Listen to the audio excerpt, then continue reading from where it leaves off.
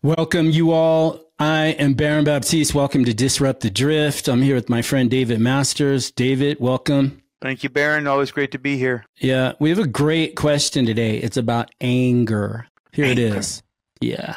How can I break the cycle of reacting with anger in challenging situations to avoid saying or doing things I'll regret later, especially when my default reaction seems to be fixed on this emotion of anger?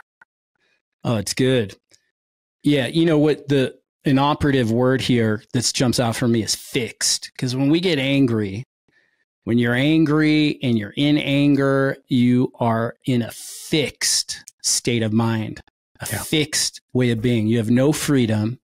You have no other ways to respond or other ways to view the situation. No other pathways or alternatives are available to you because you ain't free when you angry. You a slave. When you're angry, you are a slave. You're a slave to your own mind, to yourself, your lowercase I self, the small self. And it is toxic and the outcomes are never good. It's an energy of disease, anger. Yeah. Listen, I've been teaching people and this for decades. If you are not in control of yourself, someone or something else will be. Now, what are the triggers? See, and that's what we have to look at. And you have to get ready way ahead of time. And if you were a sailor, would you just jump on your boat and just go for a sail, maybe 100, 500, 1,000 miles? No. Sometimes people do. They'll go out and sail in the marina or go outside the marina and come back in. But really, life is a really long journey.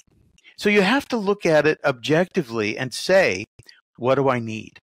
And what do I have to have in order to get this trip done successfully? And the trip is every day of your life. You're going in some direction and you're moving through various obstacles, and you have people that you're going to have to navigate through, their attitudes and their own idiosyncrasies and all the rest of it. And luck favors the prepared. But if you're not prepared and if you haven't learned how to step back, become objective, and start to deal with the little irritations of life, there's an accumulation. It's like sands through the hourglass. They build up, and then there's a trigger, and that trigger causes you to go bang. Yeah, you're a reaction waiting to happen. Yeah. I like what you say, the small things, right? Those small annoyances. When you're driving, sometimes I'll be driving with someone and someone will cut them off and I'll watch their reaction and the anger and that's right there. I'm like, oh, there it is. There it is. If you're triggered in the small things, those little annoyances, they're clues, right? It's actually opportunity to see, wait, why? Step back, press pause, drop in, get present. Because when you're present, I remember asking a long time ago, this is 25, 30 years ago, I remember asking someone about that. I was like, I see myself getting, even just I was living in LA, I was like driving all the time. I was like, I see this like anger boil up in me. And I said, how do I deal with that? And his response was so spot on. Don't be in your head. He said, get out of your head. If you're not in your head, and you're present. That's all he said, actually. You're in your head. You're living in your head. And at the time, I was like, what does that mean exactly? But now I see it's someone says something or does something in your view that they shouldn't do. And then suddenly, you get a thought about it. And you interact with that thought. And that thought right there triggers what's already there. You squeeze an orange, you get orange juice. You get squeezed, what comes out? And if it's anger, it's an indication. Again, you're a trigger waiting to happen, but get to know your triggers and, well, wait, why am I being triggered? Start taking a look, because what you don't see about yourself runs you. Yeah. And if you don't know yourself, then something else is driving the car. It's driving you. Another word for anger is wrath or wrath or rage. Yeah. And again, or hate. Yeah, exactly. And what we don't know, a perfect thing that you just said, what we don't know about ourselves is our worst enemy. And it's weird because there are people that can detect what's going on in you and push your buttons. They see about you what you do not see about yourself sometimes. Yeah. Manipulative people, they scan you for your they do. weak, and they have antenna detectors that detect the kind of your weak points. Yeah. And what you don't know about yourself often has to do with suppressing. Mm-hmm. See, there's in my opinion, the greater danger, believe it or not, is suppressed rage. Because suppressed rage can cause really weird side effects. And you look at some of the horrible stories that we see in the news, people, and this is a name that's fairly old now, but Jeffrey Dahmer. And people that go completely serial killer, right? Yes. Yeah. They go off the rails trying to either correct something that happened or to balance the scale in just a totally twisted way. And so the danger is you probably are better off not suppressing anger, but at the same time, if you don't handle it, and here's the idea, you have the ability to choose your response. Yeah. You really do. Well, but if you don't know you have that choice, then you're not going to make that choice, how you deal with it. Yeah. Yeah. And you said something key. It's suppressed rage. So that energy has to go somewhere.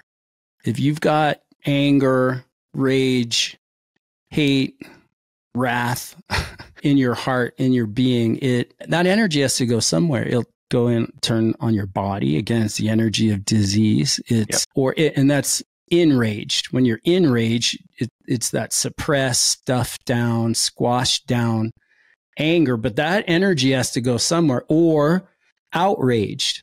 So you're like the Jack in the Box. Someone says something happens, someone does something, and you get triggered. And there it is, the outrage, the outflow. And if you think about it, though, what's obvious is anything in life or about you yourself that is unseen, undistinguished, let's say, by you, that's something that's invisible for you, you have no access to it, but it has access to you. And therefore, you can't do anything about it. It's just you're a walking outrage or enrage waiting to happen. You either stuff it down or you vent it out. But that energy has to go somewhere. And if you don't see it, when you see it, you have it. You can hold it. You can point to it.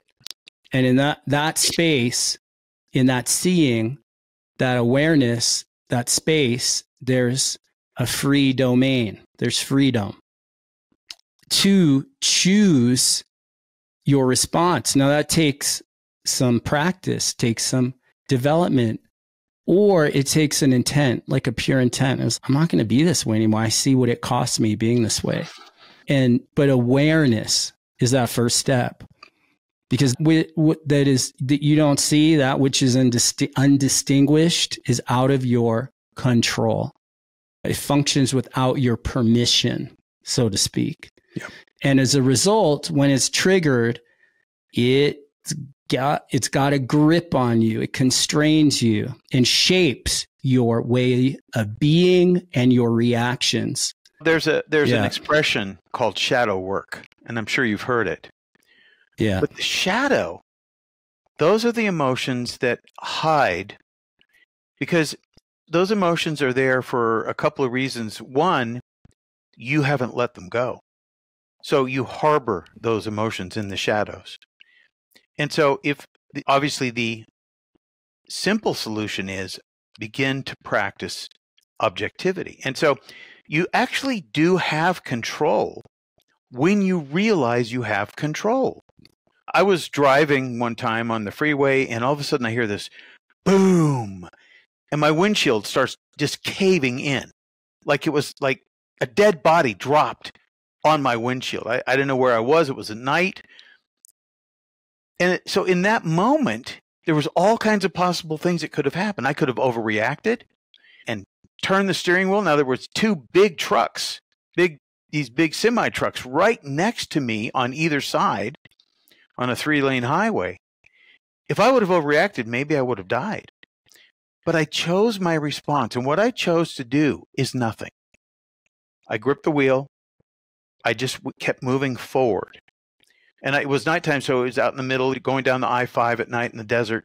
I thought, okay, I'm just going to have to keep going. And so what happens is that there's a moment of delineation where you either allow yourself to become the effect of that cause. And this is so key. If you become the effect of the cause, that cause has controlled you. You've lost yourself. But if you can, in just a split second, realize, hold on, this is a challenge to me.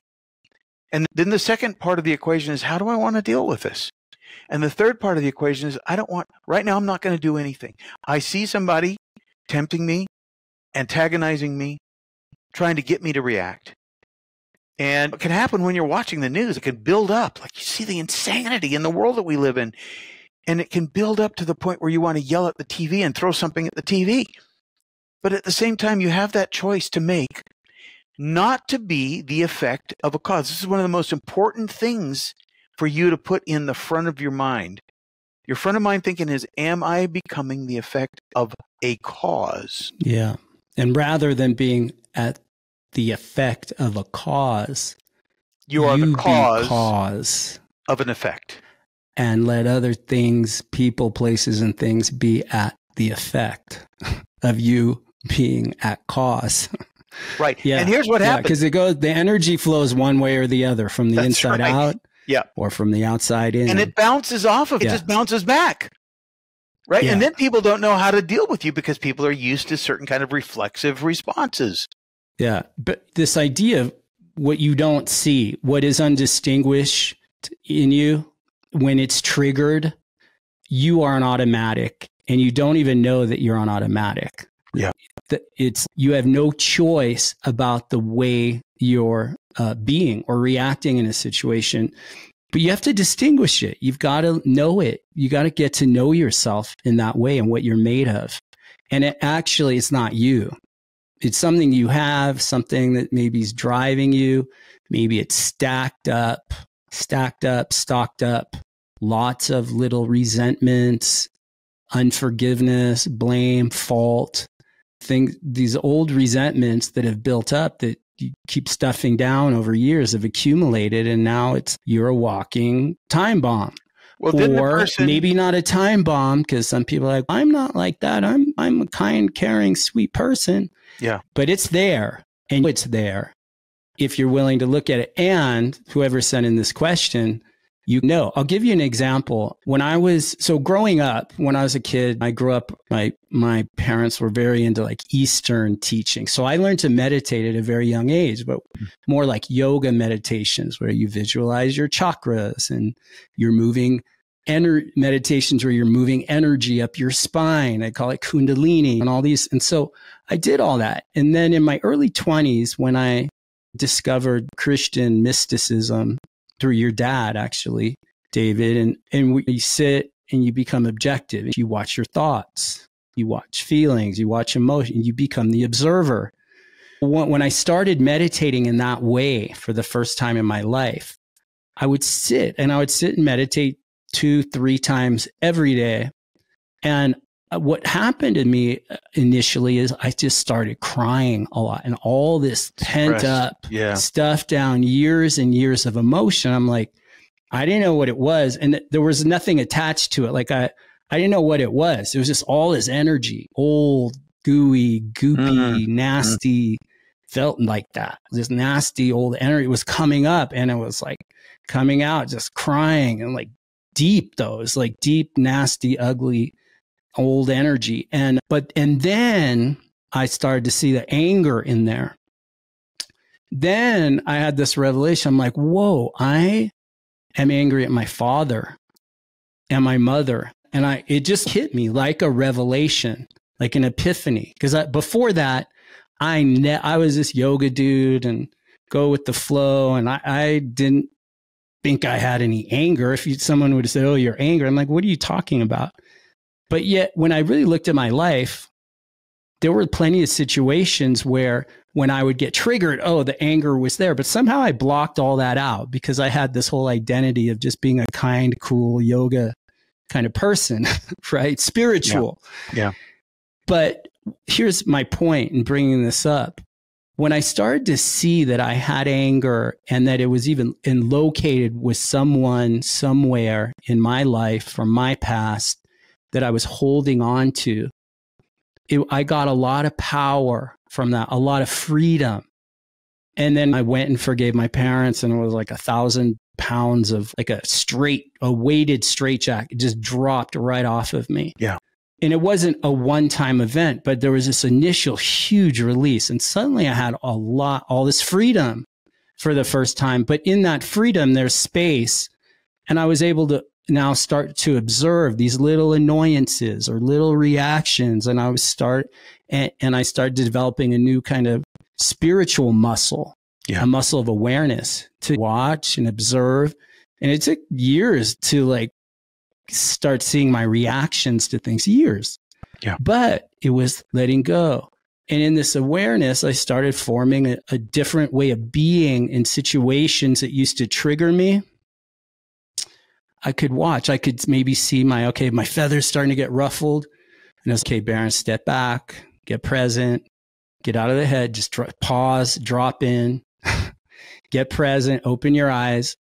And you feel that energy in a moment, it starts evaporating, dissipating.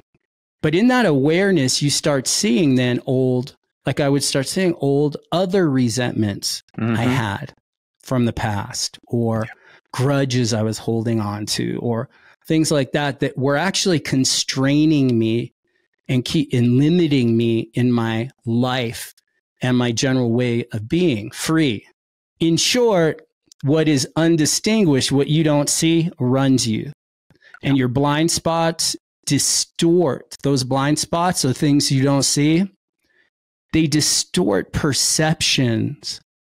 They distort your perceptions in whatever you're dealing with in any moment. They distort your perception. So that's something, you're not seeing reality in a clear way. You're not just saying, oh, okay, that person just said something, did something. Something's running them. Maybe they're angry. Maybe they're triggered. Doesn't mean I have to be. Yep. But I could just see that, oh yeah, that person is like having a reaction. Doesn't mean I need to take that hot potato. Yeah, I'll just add one last idea. Yeah. And this is really worth considering, which is that when you become the effect of some external cause, what happens is that whatever you're responding to in a wrong or negative or bad way puts something of itself in you. Now, part of it is on you because you reacted in the wrong way. But what happens is, now that this transfer has taken place between whatever it is you reacted to, now it's put itself in you. And then with each successive wrong reaction, it builds an alternative identity within you. Yeah. You don't have anger. Identity. That's right. Fixed identity. You have no choice anger in the matter. No freedom. It's you don't fixed. have You're restricted. Anger. Anger has you at that point, and you are its puppet. And that's why it's so hard for people to give up anger, because they come to believe that it is who they are. They really come to believe that this is their identity. Now, it's not your identity. It's your id entity. And it dwells there as long as you give it space. And Baron, like you just described perfectly, as you learn how to get quiet and meditate and get still, and then all of this stuff started coming to the surface. It was like the emotional pus coming out of a wound. And a lot of it, by the way, is hurt. A lot of the time, it's not even anger, but it feels like anger because there's so much hurt in there for whatever reason.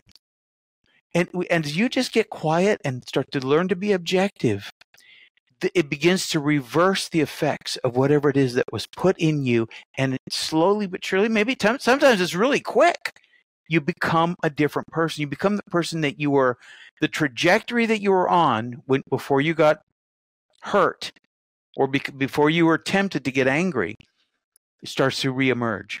And that's all I have to say. It's a good point. Under anger is hurt. Yeah. And under hurt is fear. And protect fear, and you're protecting. And then under that is when you're being angry, you're justified. So they did that. And so I can vent and vomit and act however I want out of control because you're justified and you're right. You're right about it. And that it's that righteousness, that righteous anger but you're restricted to that. Whatever the circumstances that triggered it, okay, but your way of being is fixed and restricted to just being angry and then doing and saying things that you regret. And look, it's not good for your health. Forgiveness is a health secret. Instant forgiveness in a moment. And maybe you develop in such a way, like I had someone recently say to me, sorry for my reaction and do you forgive me? And I was like, I don't need to forgive you because I didn't judge you in the first place. I literally I saw you in this reaction and I didn't have anything about it. I was like, I didn't have anything about it. There's nothing to forgive, but I appreciate you offering that to me. I get where you're coming from, but there's also that you need to forgive when you've done something like judged or resented or pulled a sword over someone, played God, judge, jury, execute. Okay, then maybe you need to forgive yourself, the other for what they did in that situation. But then there's even another way, a bigger way, I say, that where you don't even judge in the first place. You let people have their anger. You let people be right. You let in the moment. And trying to talk to someone when they're angry or in an upset, they can't hear a word you're saying. So it's better, let them just be in their state, their triggered state or their reactive state, and don't dance with it. And maybe when all those emotions, their emotions and their reactions settle down, okay, then you can have a real conversation. Objectively. And maybe they can learn something from it, as can you, by having real communication. Yeah. Objectively, you may even see that person is not being themselves in those moments where they're out of control. You might actually be able to step far enough back in the objective state and go, wait a minute. I know that's not you. You know what I'm saying? Because they are the effect of some cause themselves. They are simply giving voice to the pain, to the fear. See, through anger becomes a medium, but you may become so objective that you actually see all things not as you are, but as it is in reality. Most people cannot help when they do these crazy things, when they get all twisted out of shape. Yeah, it's good because what we're talking about is more obvious when people are in a reaction and upset and they're venting and it's more external. But there's also we may even try to hide our anger by suppressing our expression of it. But our being angry is still in there. It's still an energy and it's fixed. Again, there's no freedom. So it's a fixed identity. It's a fixed point of view. There's no freedom in it. So whether you're suppressing it or expressing it, you're still stuck in it. And it's not good for you. It's not. And it comes with a cost, is another way of saying it. And if you really look at what it costs you freedom, it costs you love, it costs you joy, it costs you your power, your ability to respond freely, to be and let be. In everyday language, when we hear about reactions, it's sometimes coined or termed knee-jerk reaction, right? It's like that automatic, it's knee-jerk. It's like right there. But that's how kind of you need to be awake enough and have know yourself enough to see when the knee-jerk is right there. Okay, pause, step back. Psychologists call it automatic stimulus response behavior. Yeah. where you're in the presence of a particular stimulus, a trigger, and then you have this inevitable response of anger if that's how you're wired. And you got to get to know yourself. Got to get to know your wiring to overcome that, because it costs you something. You do and say things you never don't want to do, that you regret. Yeah. And then you have a bigger mess to clean up. You send that email, you say those things, and then it becomes drama. And now you're living life of drama, which is another ongoing depletion and bleed out of your life force. Yep. Yeah. The other thing is that when you deal with situations calmly, objectively, and you don't go into your default mode where you're all out of shape and twisted up, when you stay calm, there's a potential that you free the other person that you're dealing with in that moment from their own reaction. Because like children, oftentimes we start to react before we even realize we're reacting. It's so automatic. And if you stand and just watch and be aware, like you were just describing with the person who asked you to forgive them, you just watched it. You had no judgment on it. You didn't have a feeling about it. Sometimes I've been accused of being cold in that way, but I am simply being objective. I'm trying to help the person move out of that space back into where they should be in this now moment. So there's a potential for helping people be free from it. Yeah. Yeah. It's like you are providing a different way. Yeah. Yeah. There's so much injustice in the world right now. There's just injustices all over the place. Yeah. And you see it. And a lot of people are really angry about it. But that limits, it doesn't have a good outcome. It limits what's possible for yourself in your own life and who you can be in the face of adversity. It makes you weak. It's a false kind of power. You need people flexing their anger and they're justified, and our reactions are these triggerable set ways of being. Like it's fixed. If you are an angry person in life and you're angry at injustices or what people are doing that they shouldn't be doing, all that, you have set ways of being and reacting. It's limited, but you are born with so much greater potential and possibility than just that one set fixed way of being and reacting in life that just costs you a lot. Yeah. And it doesn't really solve anything, not really. And even though we seem justified and even rational to ourselves in the moment when we're reacting with anger and resentment and hate and wrath, and whether we're suppressing it or venting it, and it seems rational again. So it's almost difficult for us to even recognize it as a limitation on our opportunity to show it bigger. We don't see it because it just seems like, well, this is a proper response. It's rational actually to be angry and irrational. And we're justified, but it's these limitations on our ability to respond that are difficult for us to recognize in ourselves. And then, and that we're stuck, but it's apparent to others. People feel it around you. If that's what you're suppressing it, you're holding it in, and you're an angry person, your kids feel it, people around you feel it, even if you're hiding it. And it's a toxin emanating right through your skin from your being. And most of us actually believe we're completely free to react to any situation that confronts us in the best way to handle a situation, but we're actually not until we know ourselves.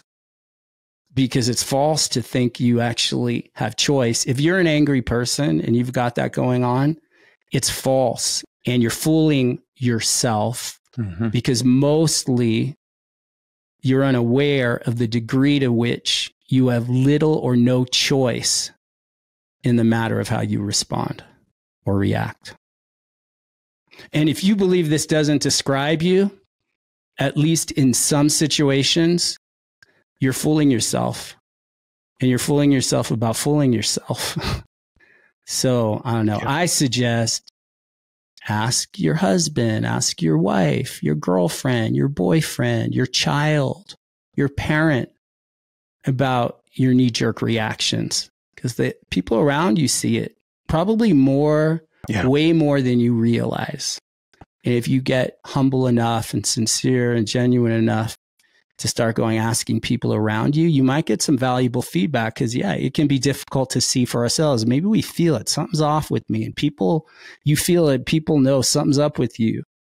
And you can't quite put your finger. Well, ask them. Yeah. But this whole fight and flight response, it's like reptilian. It's a primitive way of, there's a term for it that the brain people talk. It's the amygdala hijack. Yeah. It's reptilian. It's very primitive. But you're more than that. You're a spiritual being.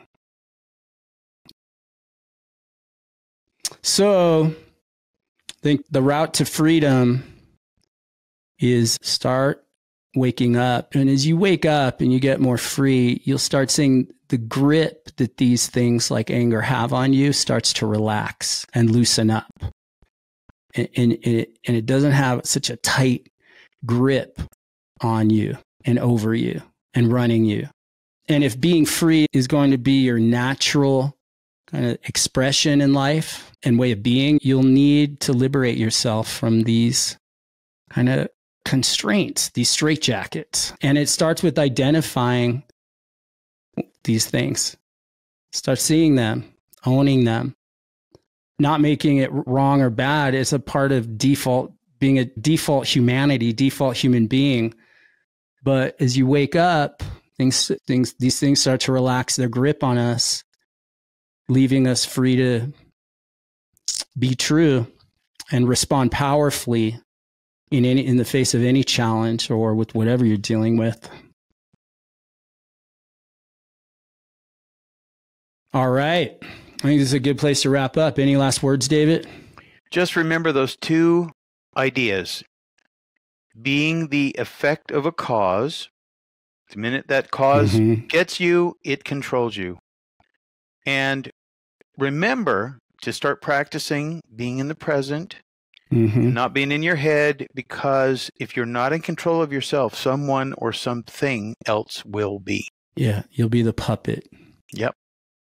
Of some puppet master, but you want your puppet master to be your creator, something greater than yourself that is of love and truth and grounded in reality, eyes wide open. Yep. All right, you all. Thank you. If you're watching on YouTube, leave in the comments, please. How did this conversation land for you, with you? Love to hear from you. Send any questions. We love getting your questions. Send them into Disrupting the Drift at baronbaptiste.com. Disrupting the Drift at baronbaptiste.com. Yeah, we drop 2 episodes at least a week on YouTube. And then, of course, we're on all the audio platforms as well. All right, you all, stay true, stay bold, keep disrupting the drift, and peace be with you.